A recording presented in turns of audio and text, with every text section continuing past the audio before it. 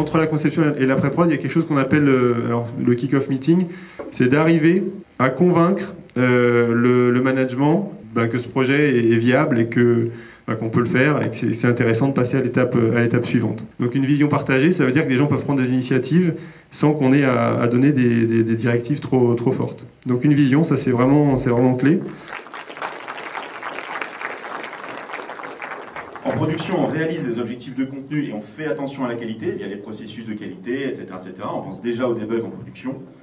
En debug, ça s'inverse, on réalise des objectifs de qualité en débuguant correctement, en faisant des coupes aux endroits où il faut couper, en définissant exactement ce que va être le jeu. C'est juste avant le debug que ça se définit, lors du polish et du debug.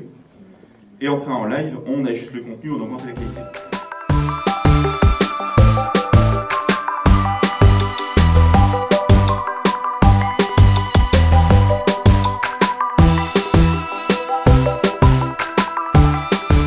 Découvre un fonctionnement plutôt axé sur l'entreprise, sur une culture de l'entreprise, des workflows plutôt empruntés à l'industrie, etc. Les intervenants sont super. Parler surtout de la communication interne entre eux, pour les équipes qui font les créations de jeux.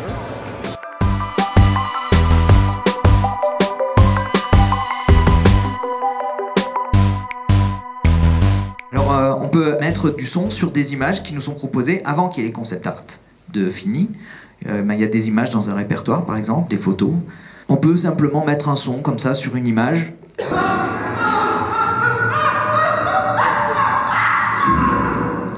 Voilà. Alors ça, sur une vidéo comme ça, on peut très bien avoir le directeur créatif assis qui dit « J'aime bien le côté, la chanson, la nana qui chante dans sa cellule, un peu folle, l'autre qui se moque, machin. Mais l'autre qui part en mode singe à la fin, c'est un peu trop. Je vois pas ça dans un jeu. Très bien, on refait la même, on enlève le cri. On apprend à se doser. C'est comme les petites tirettes des tables de mixage. Ah bah là c'est trop fort, là c'est pas assez fort. » Quand on fait un jeu, on doit à quelque part créer une sorte d'intelligence sonore artificielle. C'est quoi ça veut dire ça? C'est de réfléchir comme il faut à qu'est-ce qui fait que le son il est toujours différent pour le refaire jouer en recombinant ces éléments-là dans le jeu en temps réel. Résultat, ça sonne pas toujours pareil.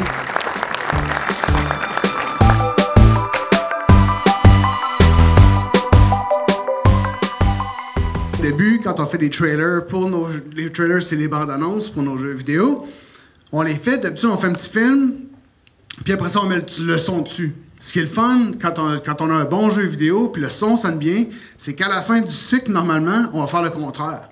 On va capturer le jeu avec le son, puis on va juste grossir certaines petites facettes où on va sculpter d'une façon différente. Mais aujourd'hui, ce n'est pas sexy.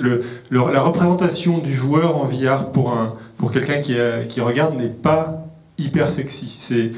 Il y a une barrière, on ne voit pas ses yeux, il y a plein de choses en communication qui, pour plein de raisons, ne fonctionnent pas. Et je pense qu'il va falloir que cet aspect-là soit résolu, parce que même quand ce sera pas super cher et même que ce sera plus performant, si on a toujours cette barrière-là, alors l'essai sera plus facile, parce que ce sera plus accessible. Mais il y aura quand même ce problème-là. Moi, je crois réellement à un mélange entre la VR et la réalité augmentée, en termes d'objets, de capacité des objets et des casques VR. Je pense qu'en termes de contenu, finalement, on n'en a pas du tout fait le tour de la VR, mais on propose déjà des expériences plutôt pas mal. C'est juste que l'objet en lui-même, en termes d'utilisation, en termes vraiment de design de l'objet, on n'y est pas encore.